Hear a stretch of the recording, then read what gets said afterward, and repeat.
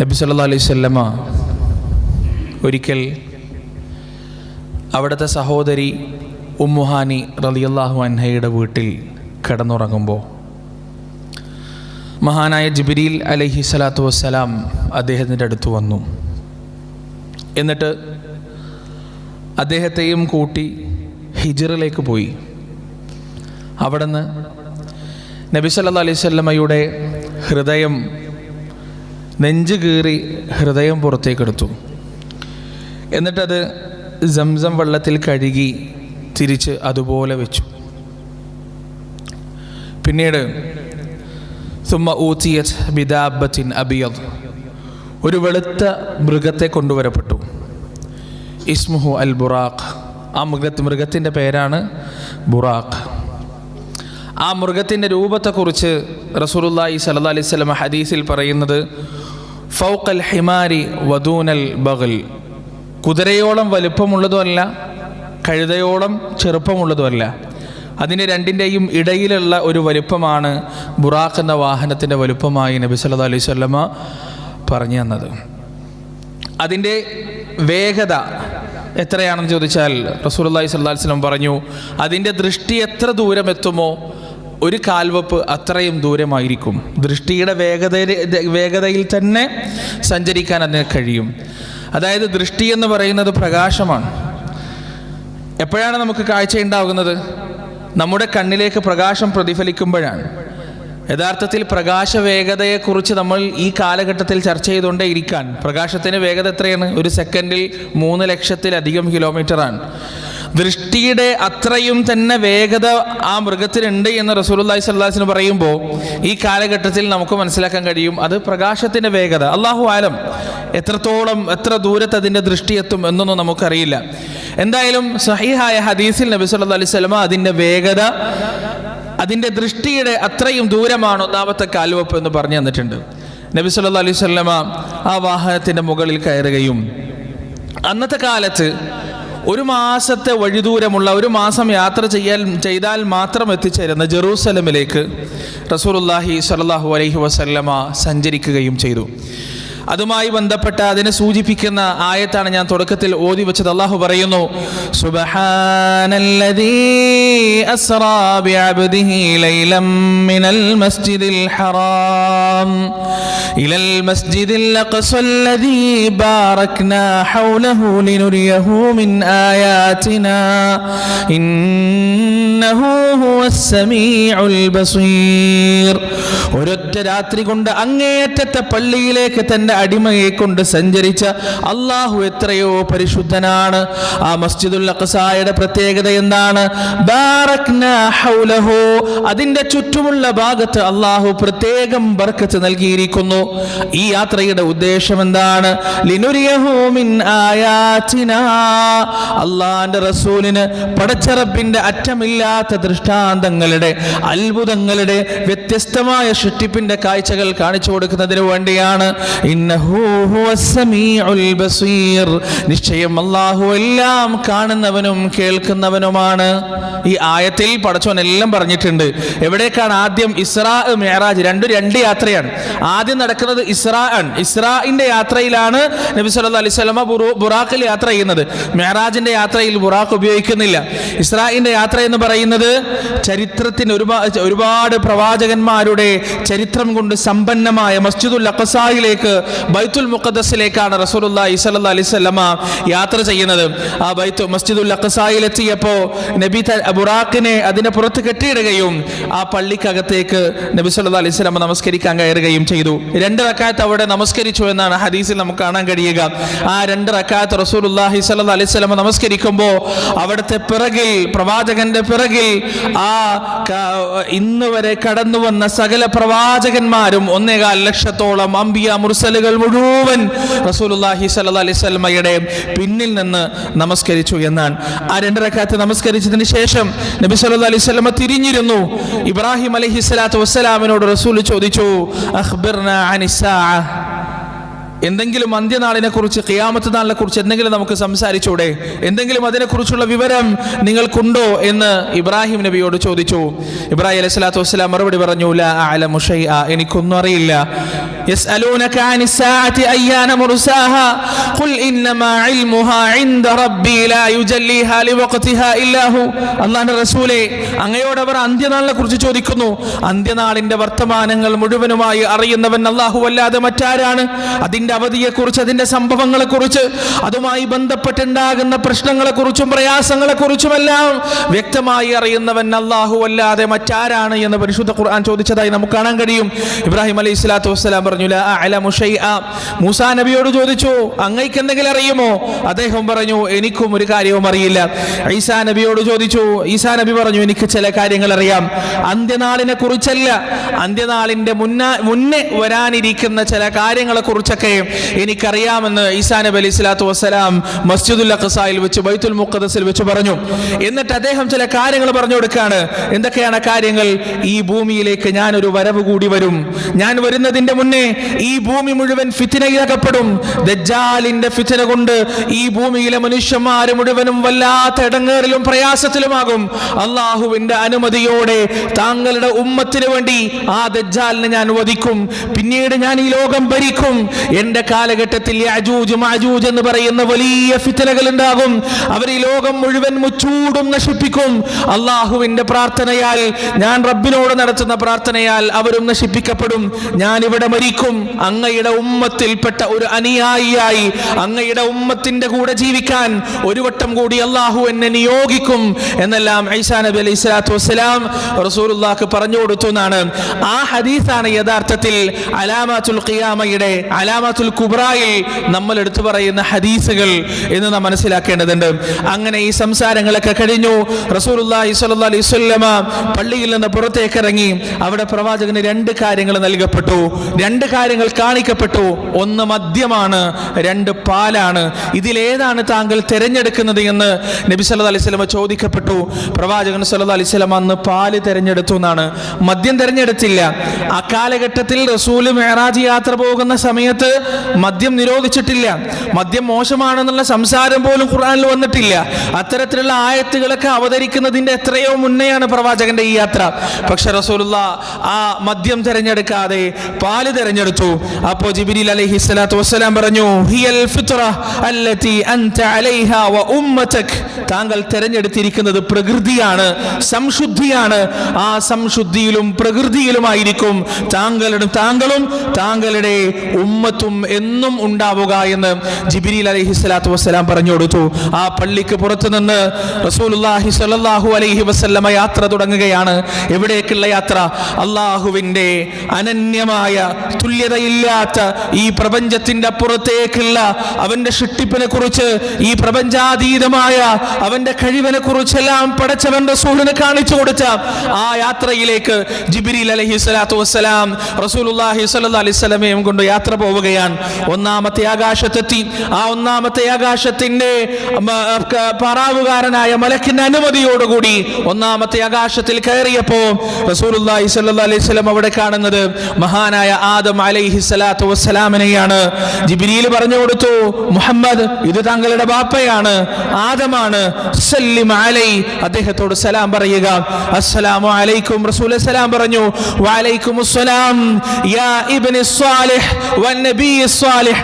സാലിഹായ എൻ്റെ മോനെ, സ്വാലിഹായ പ്രവാചകരെ, അങ്ങയ്ക്ക് സമാധാനം ഉണ്ടാകട്ടെ എന്ന് ആദം അലൈഹി സ്വലാത്തു വസ്സലാം. അവിടെ നിന്ന് അങ്ങോട്ട് ജിബ്രീലിന്റെ കൂടെ റസൂലുള്ളാഹി സ്വല്ലല്ലാഹു അലൈഹി വസല്ലം രണ്ടാമത്തെ ആകാശത്തേക്ക് യാത്രയാവുകയാണ്. രണ്ടാമത്തെ ആകാശത്തെത്തിയപ്പോ അവിടെ പ്രവാചകൻ ഈസാ നബി അലൈഹി സ്വലാത്തു വസ്സലാമിനെയും യഹ്യാ നബി അലൈഹി സ്വലാത്തു വസ്സലാമിനെയും കണ്ടു. അവരോട് സലാം പറഞ്ഞു. അവര് സലാം മടക്കി. വഅലൈക്കുമുസ്സലാം യാ അഖി സ്വാലിഹ് വന്നബി സ്വാലിഹ്. സ്വാലിഹായ സഹോദരന്, സ്വാലിഹായ പ്രവാചകന് സ്വാഗതം എന്ന് അവര് മറുപടി പറഞ്ഞു. ഈസാ നബിയും യഹ്യാ നബിയും കസിൻസ് ആണ്. ഈസാ നബി അലൈഹി സ്വലാത്തു വസ്സലാമിന്റെ ഉമ്മാന്റെ ജ്യേഷ്ഠത്തിയുടെ മകനാണ് യഹ്യാ നബി അലൈഹി സ്വലാത്തു വസ്സലാം. അവർ രണ്ടുപേരും സമകാലികരാണ്. ഒരേ കാലഘട്ടത്തിൽ ഒരേ സമുദായത്തിൽ പ്രവർത്തിച്ച ആളുകളാണ്. ഈസാ നബിയുടെ മൂത്താപ്പയാണ് സക്കരിയ നബി അലൈഹി സ്വലാത്തു വസ്സലാം. സക്കരിയ നബിയുടെ മകനാണ് യഹ്യാ നബി അലൈഹി സ്വലാത്തു വസ്സലാം. യഹ്യാ നബി ഉണ്ടാകാനുള്ള കാരണം എന്താണ്? മറിയം ബീവിയുടെ അത്ഭുതങ്ങൾ കണ്ട അത്ഭുത സ്തബ്ധനായ സക്കരിയ നബി അലൈഹി സ്വലാത്തു വസ്സലാം അവിടെ വെച്ച് അള്ളാഹുവിനോട് പ്രാർത്ഥിക്കുകയാണ്. റബ്ബി ഹബ്ലി മിൻ ലദുൻക ദുർരിയതൻ തയ്യിബ ഇന്നക സമീഉ ദുആ. അള്ളാഹു, എനിക്ക് നല്ലൊരു കുട്ടിനെ നീ തരണേ. ആ പ്രാർത്ഥനയുടെ ഫലമായിട്ടാണ് യഹ്യാ നബി അലൈഹിസ്സലാത്തു വസ്സലാം ജനിക്കുന്നത്. അതുകൊണ്ട് ആകാശത്ത്, രണ്ടാമത്തെ ആകാശത്ത് അവരെ രണ്ടുപേരെയും നബി സല്ലല്ലാഹു അലൈഹി വസല്ലമ ഒരുമിച്ച് കണ്ടു എന്നാണ്. മൂന്നാമത്തെ ആകാശത്തിലേക്ക് പ്രവാചകൻ സല്ലല്ലാഹു അലൈഹി വസല്ലമ പോയപ്പോൾ അവിടെ കാണാൻ കഴിഞ്ഞത് മഹാനായ യൂസുഫ് നബി അലൈഹിസ്സലാത്തു വസ്സലാമിനെ സലാം പറഞ്ഞു. സലാം മടക്കി പ്രവാചകൻ പറയുന്നു, എന്തൊരു സൗന്ദര്യമാണ് അദ്ദേഹത്തിന്, എത്ര സുന്ദരനാണ് അദ്ദേഹം. ഈ ലോകത്ത് പടച്ചോൻ സൃഷ്ടിച്ച മുഴുവൻ സൗന്ദര്യത്തിന്റെയും നേരെ പകുതി യൂസുഫിനെ ചൊരിഞ്ഞു കൊടുത്തതായി എനിക്ക് തോന്നി എന്ന് റസൂലുള്ളാഹി സ്വല്ലല്ലാഹു അലൈഹി വസല്ലം. അതുകൊണ്ടാണല്ലോ പ്രിയപ്പെട്ടവരെ, സുലൈഖ ബീവി യൂസുഫ് അലൈഹി സ്വലാത്തു വസ്സലാമിന്റെ യജമാനത്തി അദ്ദേഹത്തോട് ആകർഷിക്കപ്പെട്ടത്. മാത്രമല്ല, ആ സ്ത്രീയെ ആ ഒരു വിഷയത്തിൽ ആക്ഷേപിക്കാനും പരിഹസിക്കാനും തുടങ്ങിയപ്പോൾ അവർ ചെയ്തത് എന്താണ്? ആ നാട്ടിലുള്ള പ്രമാണിമാരുടെ ഭാര്യമാരെ മൊത്തം വിളിച്ചിട്ട് അവരുടെ കയ്യിലെല്ലാം ഒരു പഴവും മുറിക്കാൻ ഒരു കത്തിയും കൊടുത്തു. എന്നിട്ട് അവരെങ്ങനെ ആ പഴം മുറിക്കുന്ന സമയത്ത് യൂസുഫ് നബിയോട് അതിലേ വരാൻ പറഞ്ഞു. എന്താണ് അവരുടെ മറുപടി?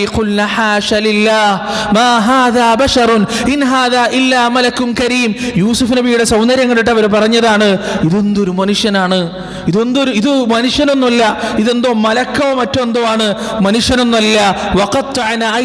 അവരവരുടെ കൈ മുറിച്ചുപോയി. യൂസുഫ് അലൈഹി സ്വലാത്തു വസ്സലാമിന്റെ സൗന്ദര്യത്തിൽ മതിമറന്നുകൊണ്ട് അവരവരുടെ കൈകൾ മുറിച്ചുപോയി എന്നാണ് പരിശുദ്ധ ഖുർആൻ സൂറത്തുൽ യൂസുഫിൽ നമുക്ക് കാണാൻ കഴിയും. ആ സൗന്ദര്യത്തെയാണ് നബി സല്ലല്ലാഹു അലൈഹി വസല്ലം ഇവിടെ വിവരിക്കുന്നത്. ലോകത്ത് പടച്ചോൻ കൊടുത്ത സൗന്ദര്യത്തിന്റെ നേരെ പകുതി യൂസുഫിന് കൊടുത്തതായി എനിക്ക് തോന്നപ്പെട്ടു. നാലാമത്തെ ആകാശത്തേക്ക് റസൂലുള്ളാഹി പോകുന്നു. അവിടെ ഏതാ? ഇദ്രീസ് നബി അലൈഹി സ്വലാത്തു വസ്സലാം അദ്ദേഹത്തോട് സലാം പറഞ്ഞ് അഞ്ചാമത്തെ ആകാശത്തിലേക്ക് നബി സല്ലല്ലാഹു അലൈഹി വസല്ലം പോകുന്നു. അവിടെ ഏതാ? മൂസാ നബി അലൈഹി സ്വലാത്തു വസ്സലാമിന്റെ അനുജൻ ഹാറൂൻ നബി അലൈഹി സ്വലാത്തു വസ്സലാം ആറാമത്തെ ആകാശത്തിലേക്ക് പോകുമ്പോ അവിടെ ഏതാ? ഖലീമുല്ലാഹി മൂസ അലൈഹി സ്വലാത്തു വസ്സലാം മൂസാ നബിയോട് സലാം പറഞ്ഞു. അദ്ദേഹം സലാം മടക്കി. അങ്ങനെ ആ പ്രവാചകൻ യാത്ര തുടരുകയാണ്. ഫലമ്മാ തജാവസ ബക. റസൂലുള്ളാഹി മുന്നോട്ട് പോയപ്പോ മൂസാ നബി കരയാൻ തുടങ്ങി. നബി സല്ലല്ലാഹു അലൈഹി വസല്ലം അവിടെ നിന്നു. എന്നിട്ട് ചോദിച്ചു, മാ യബ്കീക യാ മൂസ, എന്തിനാ താങ്കൾ കരയുന്നത്? എന്താണ് താങ്കളെ കരയിപ്പിച്ചത്? മൂസാ നബി അലൈഹി സ്വലാത്തു വസ്സലാം മറുപടി പറഞ്ഞു, ലിഅന്നൽ ഗുലാമ ബുഇസ ബഅദി, എനിക്ക് ശേഷം നിയോഗിക്കപ്പെട്ട ഒരു ചെറുപ്പക്കാരൻ, യദ്ഖുലുൽ ജന്നത മിൻ ഉമ്മതിഹി അക്സറു മൻ യദ്ഖുലു മിൻ ഉമ്മതി, എന്റെ ഉമ്മത്തിൽ നിന്ന് സ്വർഗ്ഗത്തിൽ കടക്കുന്നതിനേക്കാൾ എത്രയോ കൂടുതൽ അദ്ദേഹത്തിന്റെ ഉമ്മത്തിൽ നിന്ന് സ്വർഗ്ഗത്തിലേക്ക് ആളുകൾ പോകുമെന്ന് ഞാൻ അറിയുന്നു. അതാണ് എന്നെ സങ്കടപ്പെടുത്തിയത് എന്ന് മൂസാ നബി അലൈഹി സ്വലാത്തു വസ്സലാം പറഞ്ഞു എന്നാണ്. അവിടുന്ന് അങ്ങോട്ട് ഏഴാമത്തെ ആകാശത്തിൽ ഖലീലുല്ലാഹി ഇബ്രാഹിം അലൈഹി സ്വലാത്തു വസ്സലാം മറ്റു പ്രവാചകന്മാരെ കണ്ടതുപോലെയല്ല, ഒരുപാട് പ്രത്യേകതകളോടുകൂടിയാണ് ഇബ്രാഹിം നബിയെ നബി സല്ലല്ലാഹു അലൈഹി വസല്ലം കാണുന്നത്. അദ്ദേഹം ഇങ്ങനെ ചാരിയിരിക്കുകയാണ്, ഒരു പ്രത്യേകമായ മണ്ഡപത്തിന് ചാരിയിരിക്കുകയാണ് ഇബ്രാഹിം അലൈഹി സ്വലാത്തു വസ്സലാം. റസൂലുള്ളാഹി സ്വല്ലല്ലാഹു അലൈഹി വസല്ലം ജിബ്രീലിനോട് ചോദിച്ചു, എന്തിലാണ് അദ്ദേഹം ചാരിയിരിക്കുന്നത്, എന്താണത്? ജിബ്രീൽ പറഞ്ഞു കൊടുത്തു, അലൈഹി സ്വലാത്തു വസ്സലാം ജിബ്രീൽ പറഞ്ഞു കൊടുത്തു, അത് ബൈത്തുൽ മഅമൂറാണ്. ആകാശത്തിലെ കഅബയാണ്. ഈ പ്രപഞ്ചത്തെ സൃഷ്ടിക്കുന്ന അന്ന് തന്നെ അല്ലാഹു അതിനെ സൃഷ്ടിച്ചിട്ടുണ്ട്. അതിന്റെ പ്രത്യേകത എന്താണ്? ആ സൃഷ്ടിപ്പിന്റെ അന്ന് തൊട്ട് എല്ലാ ദിവസവും 70,000 മലക്കുകൾ ആ ബൈത്തുൽ മഅമൂറിന്റെ അകത്തേക്ക് കടക്കുന്നു. അവർ പിന്നീട് ഒരിക്കലും പുറത്തേക്ക് തിരിച്ചു വരുന്നില്ല, പിന്നീട് ഒരിക്കലും അവരതിൽ നിന്ന് പുറത്തേക്ക് വരില്ല എന്ന് ജിബ്രീൽ അലൈഹി സ്വലാത്തു വസ്സലാം പറഞ്ഞു കൊടുക്കാൻ എത്രയായിരിക്കും മലക്കുകളുടെ എണ്ണം? എത്രയായിരിക്കും പ്രിയപ്പെട്ടവരെന്ന് ആലോചിച്ച് നോക്ക്. റസൂലുള്ളാഹി സ്വല്ലല്ലാഹു അലൈഹി വസല്ലമയുടെ മറ്റൊരു ഹദീസിൽ നമുക്ക് കാണാൻ കഴിയും, ആകാശത്തോ ഭൂമിയിലോ ആകാശഭൂമികൾക്കിടയിലോ ഒരു സൂചി കുത്താനുള്ള സ്ഥലം പോലുമില്ല. അള്ളാഹുവിന്റെ ഒരു മലക്ക് അവിടെ സുജൂദ് ചെയ്തിട്ടല്ലാതെ, അള്ളാഹുവിന്റെ ഒരു മലക്ക് അവിടെ റുക്കൂ ചെയ്തിട്ടല്ലാതെ, അള്ളാഹുവിന്റെ ഒരു മലക്ക് അവിടെ ഇരുന്ന് തസ്ബീഹോ തഹ്ലീലോ തക്ബീറോ തഹ്മീദോ ഉച്ചരിച്ചിട്ടല്ലാതെ ആകാശഭൂമികൾക്കിടയിലും ആകാശങ്ങളിലും ഭൂമിയിലും ഒരു സൂചി കുത്താനുള്ള സ്ഥലം പോലും നിങ്ങൾക്ക് കണ്ടെത്താൻ കഴിയില്ല എന്ന് റസൂലുള്ളാഹി സ്വല്ലല്ലാഹു അലൈഹി വസല്ലം. ഇസ്രാഫീൽ സൂറിൽ ഊതാൻ പോകുന്ന സമയത്ത് പടച്ചോൻ ഈ മലക്കുകളോടൊക്കെ എഴുന്നേൽക്കാൻ പറയും, മതി, ഇബാദത്തൊക്കെ മതിയാക്കി, ഇനി എഴുന്നേൽക്ക് എന്ന് പറയുമ്പോൾ ആ മലക്കുകൾ പടച്ചോനോട് പറയുന്ന ഒരു മറുപടി ഉണ്ട്. എന്താ അറിയോ? അല്ലാഹുമ്മ റബ്ബന മാ അബദനാക ഹഖ ഇബാദതിക്, അല്ലാഹുവേ ഞങ്ങൾ നിന്നെ ആരാധിക്കേണ്ടതുപോലെ ആരാധിച്ചിട്ടില്ലല്ലോ, ഞങ്ങൾ നിന്നെ ഇബാദത്ത് ചെയ്യേണ്ടതുപോലെ ചെയ്തിട്ടില്ലല്ലോ എന്നവർ വിലപിക്കുമെന്നാണ്, സങ്കടം പറയുമെന്നാണ്. ഈ ബൈത്തുൽ മഅമൂറിലേക്ക് കയറുന്ന 70,000 മലക്കുകൾ എന്താണ് അവർക്ക് അതിനുള്ളിൽ പണി? അള്ളാഹുവിനെ ഇബാദത്ത് ചെയ്യുക, സുജൂദ് ചെയ്യുക, റുക്കൂ ചെയ്യുക, നിസ്കരിക്കുക, അള്ളാഹുവിനെ വാഴ്ത്തിക്കൊണ്ടേയിരിക്കുക. പ്രിയപ്പെട്ടവരെ, ആകാശത്ത് നിന്ന് അള്ളാഹുവിന്റെ ചില തീരുമാനങ്ങൾ ഉണ്ടാകുമ്പോൾ മലക്കുകളെല്ലാം പേടിച്ചുറക്കുമെന്നാണ്. ചങ്ങല കൊണ്ട് പാറമേലടിക്കുന്ന ശബ്ദമുണ്ടാക്കിക്കൊണ്ട് മലക്കുകൾ അവരുടെ ചിറകുകൾ ഇട്ടടിക്കും എന്നാണ് ആകാശത്ത്. അങ്ങനെ അവരുടെ ഭയപ്പാട് വിട്ടുമാറുമ്പോൾ അവർ പരസ്പരം ചോദിക്കും, എന്താണ് നിങ്ങളുടെ റബ്ബ് പറഞ്ഞത്, എന്താണ് നിങ്ങളുടെ രക്ഷിതാവ് പറഞ്ഞത്? എന്നിട്ട് ആ കാര്യങ്ങൾ ചർച്ച ചെയ്യുകയും അള്ളാഹുവിനെ അവർ പുകഴ്ത്തുകയും ചെയ്യുമെന്നാണ്. ഈ ബൈത്തുൽ മഅമൂറിന് ചാരിയിട്ടാണ് ഇബ്രാഹിം അലൈഹി സ്വലാത്തു വസ്സലാം ഇരിക്കുന്നത്. അദ്ദേഹത്തിന്റെ കൂടെ ഒരുപാട് കുട്ടികളുമുണ്ട്. ചെറിയ പ്രായത്തിൽ മരിച്ചുപോയ കുട്ടികൾ ഇബ്രാഹിം അലൈഹി സ്വലാത്തു വസ്സലാമിന്റെ കൂടെയുണ്ട്. ഇബ്രാഹിം അലൈഹി സ്വലാത്തു വസ്സലാം നബിയോട് പറയാണ്, മർഹബൻ ബി ഇബ്നി സാലിഹ്, എൻ്റെ സദ്വൃത്തനായ മോന് സ്വാഗതം, വൻ നബി സാലിഹ്, പ്രിയപ്പെട്ട പ്രവാചകന് സ്വാഗതം എന്ന് ഇബ്രാഹിം അലൈഹി സ്വലാത്തു വസ്സലാം. എന്നിട്ട് ഇബ്രാഹിം നബി പറയുകയാണ്, അഖരി ഉമ്മതക മിന്നി അസ്സലാം, അങ്ങയുടെ ഉമ്മത്തിനോട്, നിന്റെ ഉമ്മത്തിനോട് എൻ്റെ സലാം പറയണം. ഫഅഖ്ബിർഹും, എന്നിട്ട് അവരോട് ഒരു കാര്യം പറഞ്ഞു കൊടുക്കുകയും ചെയ്യണം. ഇബ്രാഹിം അലൈഹി സ്വലാത്തു വസ്സലാമിന്റെ ഉമ്മത്തല്ല നമ്മൾ, പക്ഷേ നബി സല്ലല്ലാഹു അലൈഹി വസല്ലമയുടെ ഉമ്മത്തിനോട് പോലും ഇബ്രാഹിം നബിക്ക് ഗുണകാംക്ഷയാണ്, അവർ രക്ഷപ്പെടണമെന്നുള്ള അതിയായ ആഗ്രഹമാണ്. ഇബ്രാഹിം നബി അങ്ങനെയാണ്. ഇസ്ഹാഖ് അലൈഹി സ്വലാത്തു വസ്സലാമിന്റെ ജനനത്തിന്റെ സന്തോഷ വാർത്ത അറിയിക്കാൻ വേണ്ടി വന്ന മലക്കുകൾ, അതേ മലക്കുകൾ തന്നെയാണ് ലൂത്ത് നബി അലൈഹി സ്വലാത്തു വസ്സലാമിന്റെ സമുദായത്തിലെ ശിക്ഷയും നടപ്പാക്കിയത്. ആ മലക്കുകൾ ലൂത്ത് നബിയുടെ അടുത്തേക്കാണ് അടുത്തത് പോകുന്നത് എന്ന് അറിഞ്ഞപ്പോ ഇബ്രാഹിം നബി അള്ളാഹിനോട് പറയാണ്, പടച്ചോനെ അവരൊന്ന് വെറുതെ വിട്ടൂടെ, ഇന്ന ഫീഹാ ലൂത്ത, അതിൽ ലൂത്തുണ്ടല്ലോ, അവൻ നല്ലവനാണല്ലോ, അവരൊന്ന് വെറുതെ വിട്ടൂടെ എന്ന് പറഞ്ഞ് അള്ളാഹുവിനോട് ഇബ്രാഹിം അലൈഹി സ്വലാത്തു വസ്സലാം സംസാരിച്ചതായി നമുക്ക് കാണാൻ കഴിയും. അള്ളാഹു മറുപടി പറഞ്ഞു, ഇബ്രാഹിം ഈ കാര്യത്തിൽ താങ്കൾ ഇടപെടേണ്ട, ഈ കാര്യം തീരുമാനിക്കപ്പെട്ടതാണ്. ലൂത്ത് ഉണ്ട് എന്നൊക്കെയുള്ള കാര്യം എനിക്കറിയാം, അദ്ദേഹത്തെ ഞാൻ രക്ഷിക്കുകയും ചെയ്യും. ലോകത്തുള്ള എല്ലാ മനുഷ്യരോടും സ്നേഹമുള്ള ഏറ്റവും വലിയ ഫിലാൻഡ്രോഫിസ്റ്റ് ആണ് ഇബ്രാഹിം അലൈഹി സ്വലാത്തു വസ്സലാം. ആ ഇബ്രാഹിം അലൈഹി സ്വലാത്തു വസ്സലാം നബിയോട് പറയാണ്, താങ്കളുടെ ഉമ്മത്തിന് പറഞ്ഞു കൊടുക്കണം, ഫഅഖ്ബിറുഹും, അവരോട് പറയണം, ഇന്നൽ ജന്നത ത്വയ്യിബുത് തുർബ, സ്വർഗ്ഗം എന്ന് പറയുന്നത് ഏറ്റവും നല്ല വളക്കൂറുള്ള മണ്ണാണ്. വഅന്നഹാ ഖിയാൻ, പക്ഷേ അതിലെ മരങ്ങൾ നട്ടുപിടിക്കേപ്പിക്കേണ്ടത് ആരാണ്? നിങ്ങളാണ്. അതിന്റെ വിത്ത് എന്ന് പറയുന്നത്, അതിൽ നിങ്ങൾ നടേണ്ട ധാന്യം എന്ന് പറയുന്നത് സുബ്ഹാനല്ലാഹ് വൽഹംദുലില്ലാഹ് വലാ ഇലാഹ ഇല്ലല്ലാഹു അല്ലാഹു അക്ബർ വലാ ഹൗല വലാ ഖുവത ഇല്ലാ ബില്ലാഹിൽ അലിയുൽ അദീം. ഇത് സ്വർഗ്ഗത്തിലെ വിത്തുകളാണ്, മരങ്ങളാണ് എന്ന് ഇബ്രാഹിം അലൈഹി സ്വലാത്തു വസ്സലാം. അവിടുന്ന് പ്രവാചകൻ യാത്രയാവുകയാണ്. അവിടുന്ന് അങ്ങോട്ട് പ്രവാചകൻ പോകുന്നത്, പ്രിയപ്പെട്ടവരെ, സിദ്റത്തുൽ മുൻതഹ എന്ന മരത്തിന്റെ അടുത്തേക്കാണ്. അതുവരെ പ്രവാചകന്റെ കൂടെ യാത്ര ചെയ്തിരുന്ന ജിബ്രീൽ അലൈഹി സ്വലാത്തു വസ്സലാം മറ്റൊരു രൂപത്തിലായിരുന്നു. സിദ്റത്തുൽ മുൻതഹയുടെ അടുത്തേക്ക് എത്തിയപ്പോ ജിബ്രീൽ അലൈഹി സ്വലാത്തു വസ്സലാമിന്റെ രൂപം മാറി. 600 ചിറകുകളോടുകൂടിയുള്ള അദ്ദേഹത്തിന്റെ യഥാർത്ഥ രൂപത്തിലേക്ക്, ഭീമാകാരമായ രൂപത്തിലേക്ക് ജിബ്രീൽ അലൈഹി സ്വലാത്തു വസ്സലാം മാറുകയാണ്. പ്രിയപ്പെട്ടവരെ, 2 തവണയാണ് പ്രവാചകൻ ജിബ്രീലിനെ അങ്ങനെ കണ്ടിട്ടുള്ളത്. ഒന്ന് ഭൂമിയിൽ വെച്ചാണ്, ഈ ലോകത്ത് വെച്ചാണ്. ആ സമയത്ത് റസൂലുള്ളാഹി പറയുന്നു, ആകാശമണ്ഡലം മുഴുവൻ മറച്ചു വെച്ചുകൊണ്ട് തന്റെ 600 ചിറകുകളും വിടർത്തിയ ജിബ്രീൽ അലൈഹി സ്വലാത്തു വസ്സലാമിന്റെ രൂപത്തെക്കുറിച്ച് പ്രവാചകൻ വിവരിക്കുന്നുണ്ട്. അതേ രൂപം ഇവിടെയും ജിബ്രീലിന് ഉണ്ടാവുകയാണ്. പക്ഷേ റസൂലുള്ളാഹി സ്വല്ലല്ലാഹു അലൈഹി വസല്ലം പറയുന്നു, ഭൂമിയിൽ കണ്ടതുപോലെ ആ ഭീമാകാരമായ രൂപത്തിലല്ല ജിബ്രീൽ ഉള്ളത്. പിന്നെ എങ്ങനെയാണ് അദ്ദേഹം ഉള്ളത്? കൽഹിൽസിൽ ബാലി, പഴയ വസ്ത്രം പോലെ ചുരുണ്ടിട്ടാണ് അദ്ദേഹം ഉള്ളത്. കാരണം അള്ളാഹുവിന്റെ സിംഹാസനത്തിന്റെ അടുത്താണ്, പടച്ച റബ്ബിന്റെ അർശ് ഏകദേശം അടുത്താണ്. മിൻ ഖശിയത്തില്ലാ, അല്ലാഹുവിനെ കുറിച്ചുള്ള ഭയത്താൽ, പടച്ചോനെ കുറിച്ചുള്ള പേടിയാൽ പഴയ വസ്ത്രം പോലെ ജിബ്രീൽ അലൈഹി സ്വലാത്തു വസ്സലാം, നമ്മൾ ഈ പഴയ വസ്ത്രമൊക്കെ ചുരുട്ടിയിട്ട് മൂലക്കിടൂലേ, അതുപോലെ ജിബ്രീൽ അലൈഹി സ്വലാത്തു വസ്സലാം അള്ളാഹുവിനെ കുറിച്ചുള്ള പേടിയാൽ ചുരുണ്ടുപോയി എന്നുള്ളതാണ്. റസൂലുള്ളാഹി സ്വല്ലല്ലാഹു അലൈഹി വസല്ലം സിദ്റത്തുൽ മുൻതഹയും കടന്ന് ലോകത്തിന്റെ, പ്രപഞ്ചത്തിന്റെ എല്ലാ നിയമങ്ങളും എല്ലാ വിധികളും എഴുതുന്ന ലൗഹുൽ മഹ്ഫൂദിന്റെ പേനയുടെ ശബ്ദം കേൾക്കുമാറ് റസൂലുള്ളാഹി സ്വല്ലല്ലാഹു അലൈഹി വസല്ലം അള്ളാഹുവിനോട് അടുത്തു. അവിടെ വെച്ച് റബ്ബ് സുബ്ഹാനഹു വ തആലയുമായി നബി സല്ലല്ലാഹു അലൈഹി വസല്ലം സംസാരിച്ചു. എന്തൊക്കെ സംസാരിച്ചു എന്ന് പ്രവാചകൻ നമുക്ക് പറഞ്ഞു തന്നിട്ടില്ല. എന്തൊക്കെയാണെന്ന് പ്രവാചകൻ അള്ളാഹുമായി സംസാരിച്ചത് നമുക്ക് പറഞ്ഞു തന്നിട്ടില്ല. അവിടെ വെച്ച് പ്രവാചകൻ നബി സല്ലല്ലാഹു അലൈഹി വസല്ലം അള്ളാഹു നബി സല്ലല്ലാഹു അലൈഹി വസല്ലമക്ക് നേരിട്ട് കൊടുത്ത 2 ആയത്തുകളുണ്ട്. ആ ആയത്തുകളാണ് സൂറത്തുൽ ബഖറയിലെ അവസാനത്തെ 2 ആയത്തുകൾ.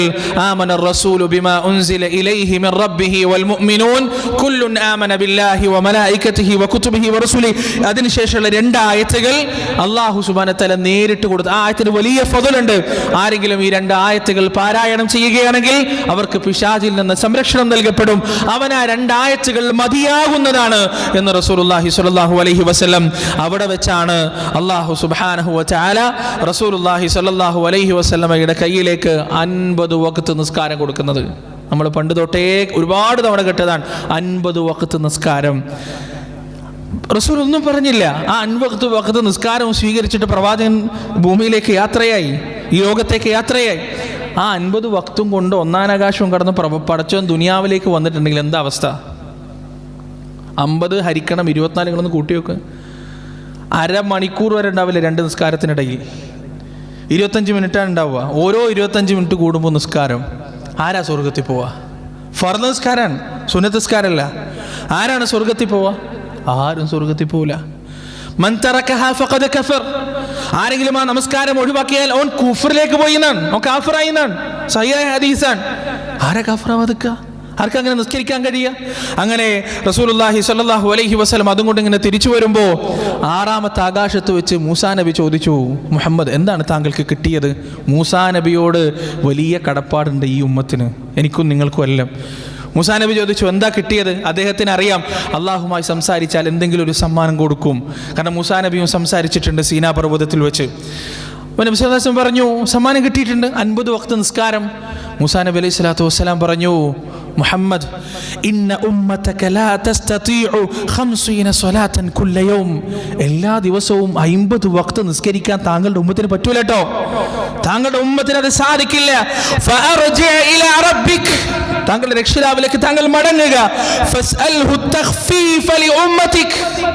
അങ്ങയുടെ ഉമ്മത്തിന് വേണ്ടി താങ്കൾ എന്തെങ്കിലും കുറച്ചു തരാൻ റബ്ബിനോട് പറയുക എന്ന് മൂസാ നബി അലൈഹി സ്വലാത്തു വസ്സലാം ഉപദേശിച്ചു. അള്ളാഹിന്റെ റസൂൽ ഉപദേശം കേട്ടു. 7ാം ആകാശവും കടന്ന് വീണ്ടും അള്ളാഹിന്റെ അടുത്തേക്ക് പോയി. അള്ളാഹു 5 വഖ്ത് കുറച്ചു കൊടുത്തു. 9 തവണ കയറി ഇറങ്ങി അവസാനം 5 വഖ്ത് ദുഹർ, അസർ, മഗ്രിബ്, ഇശാ, സുബ്ഹ് ഈ 5 വഖ്തുമായി റസൂൽ വരുമ്പോൾ വീണ്ടും മൂസാ നബി അലൈഹി സ്വലാത്തു വസ്സലാം പറഞ്ഞു നിസ്കരിക്കൂല. എത്ര ശരിയാണ് പ്രിയപ്പെട്ടവരെ. അദ്ദേഹം പറഞ്ഞു നബിയോട് നിസ്കരിക്കൂല, താങ്കളുടെ ഉമ്മത്തിന് ഇത് സാധിക്കില്ല. പക്ഷെ റസൂലുള്ളാഹി സ്വല്ലല്ലാഹു അലൈഹി വസല്ലം പറഞ്ഞു സഅൽതു റബ്ബി ഹത്ത ഇസ്തഹയൈത്. എനിക്ക് നാണമാവുന്നതുവരെ ഞാൻ എൻ്റെ റബ്ബിനോട് ചോദിച്ചു. വലാകിൻ അറല്ലാഹ് വ ഉസല്ലിം. ഇനി ഞാൻ ചോദിക്കൂല, ഞാൻ ഇതുകൊണ്ട് തൃപ്തിപ്പെടുകയാണ്, ഞാൻ ഇതുകൊണ്ട് സമാധാനമടയുകയും ചെയ്യുകയാണ് എന്ന് നബി സല്ലല്ലാഹു അലൈഹി വസല്ലം മറുപടി പറഞ്ഞു. ഫലമ്മാ തജാവസ്, നബി സല്ലല്ലാഹു അലൈഹി വസല്ലം പറയുന്നു, ഞാൻ ഇങ്ങനെ മുന്നോട്ട് വന്നപ്പോൾ അവിടെ ഒരു അശരീരി മുഴങ്ങി. അംദൈതു ഫരീദതി വഖഫഫ്തു അൻ ഇബാദി. എൻ്റെ നിർബന്ധ നമസ്കാരം ഇതാ നിർബന്ധമാക്കപ്പെട്ടിരിക്കുന്നു. എൻ്റെ അടിയാന്മാർക്ക് അത് എളുപ്പമാക്കുകയും ചെയ്തിരിക്കുന്നു. അള്ളാഹുവിൻ്റെ വാക്കുകളാണ്, പടച്ച റബ്ബിന്റെ വാക്കുകളാണ്. ആ 5 വഖ്ത് നിസ്കാരവും കൊണ്ട് റസൂലുള്ളാഹി സ്വല്ലല്ലാഹു അലൈഹി വസല്ലമ വന്നു. അല്ലാഹു പറഞ്ഞല്ലോ വഖഫഫ്തു അൻ ഇബാദി. എൻ്റെ ഇഷ്ടപ്പെട്ട അടിമകൾക്ക് അതെത്രയോ എളുപ്പമാണ്. പ്രിയപ്പെട്ടവരെ, 5 വഖ്ത് കൃത്യമായിട്ട് നിസ്കരിക്കാൻ 1ാമത്തെ സഫിൽ ജമാഅത്തിനെത്തുന്ന ആളുകളോട് നിങ്ങൾ ചോദിച്ചു നോക്ക്, നിങ്ങൾക്ക് ഇത് ഭയങ്കര ബുദ്ധിമുട്ടാണോ? അവർ പറയും എന്ത് ബുദ്ധിമുട്ട്? നിങ്ങൾക്ക് ജീവിതത്തിൽ എന്തെങ്കിലും നടക്കാണ്ടുണ്ടോ? എന്തെങ്കിലും പ്രയാസങ്ങളുണ്ടോ? ഒരു പ്രയാസമില്ലല്ലോ, എല്ലാ കാര്യങ്ങളും നടക്കുന്നുണ്ടല്ലോ, ഒരു കുഴപ്പമില്ല. ഇനി 5 വഖ്ത് ജമാഅത്തിന് കൃത്യമായി എത്താത്ത ആളുകളോട് ചോദിച്ചു നോക്കുക, എന്താ നിങ്ങൾക്ക് എത്താൻ കഴിയാത്തത്? എങ്ങനെ എത്തുക? പറ്റൂല, കഴിയില്ല. എന്നാൽ ഇവർ 2 പേരും ജീവിക്കുന്നുണ്ടാവും.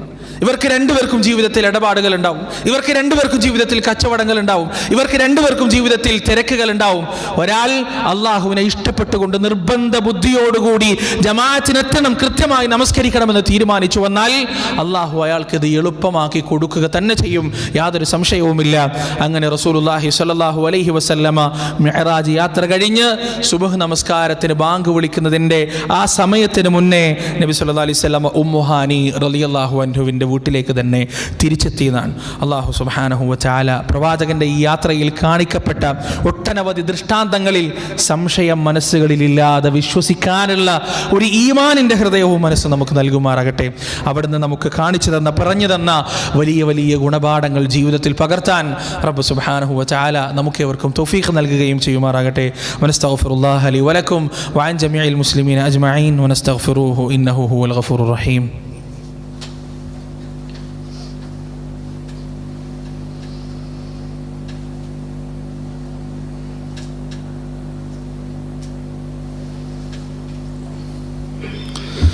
അൽഹംദുലില്ലാഹ് അസ്സലാത്തു വസ്സലാമു അലാ റസൂലില്ലാഹ് വഅലാ ആലിഹി വഅസ്ഹാബിഹി അജ്മഈൻ. അമ്മാ ബഅദ്.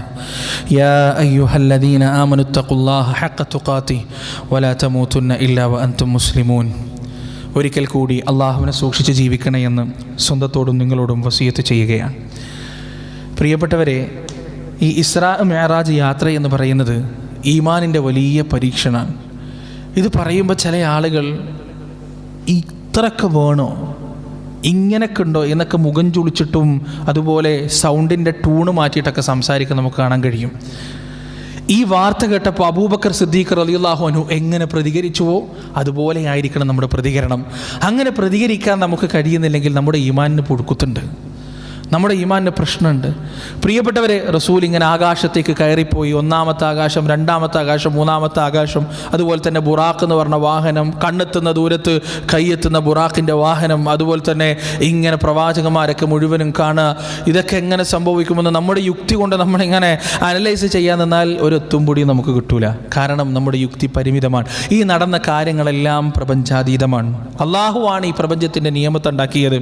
ആ നിയമത്തെ തെറ്റിക്കാനും ആ നിയമത്തെ മാറ്റാനും അതിൻ്റെ അപ്പുറത്തുള്ള സംഗതികൾ നടത്താനും അള്ളാഹു കഴിവുള്ളവനാണ് എന്ന് നാം തിരിച്ചറിയേണ്ടതുണ്ട്. ചില ആളുകൾക്ക് എന്ത് വിശ്വസിക്കണമെങ്കിലും ശാസ്ത്രത്തിൻ്റെ അടിത്തറ വേണം. ശാസ്ത്രം പറഞ്ഞാൽ മാത്രമേ വിശ്വസിക്കുള്ളൂ, സയൻസ് പറഞ്ഞാൽ മാത്രമേ വിശ്വസിക്കുള്ളൂ, കണ്ണുകൊണ്ട് കണ്ടാൽ മാത്രമേ വിശ്വസിക്കുള്ളൂ, ചെവി കൊണ്ട് കേട്ടാൽ മാത്രമേ വിശ്വസിക്കുള്ളൂ.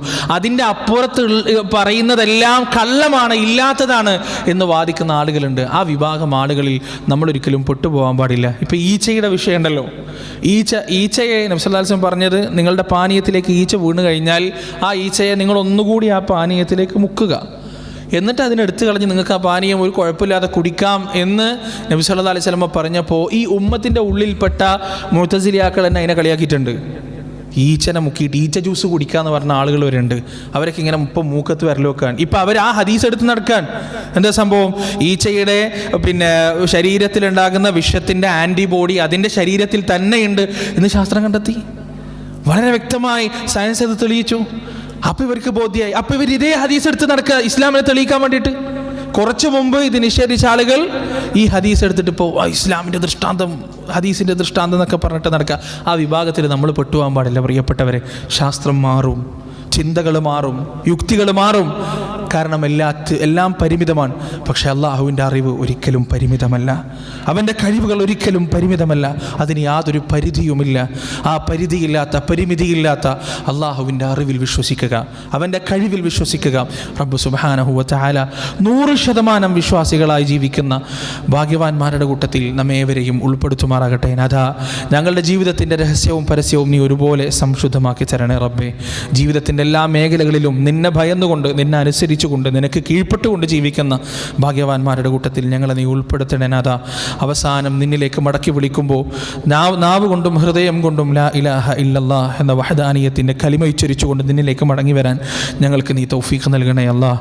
അല്ലാഹുമ്മ ഗ്ഫിർ ലിൽ മുഅ്മിനീന വൽ മുഅ്മിനാത്ത് വൽ മുസ്ലിമീന വൽ മുസ്ലിമാത്ത് അൽ അഹ്യാഇ മിൻഹും വൽ അംവാത് ഇന്നക മുജീബു ദഅവാതി യാ ഖാദിയൽ ഹാജാത്ത്.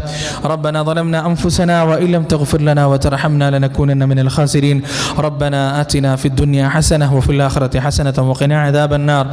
ربنا تقبل منا إنك أنت السميع العليم وتب علينا إنك أنت التواب الرحيم.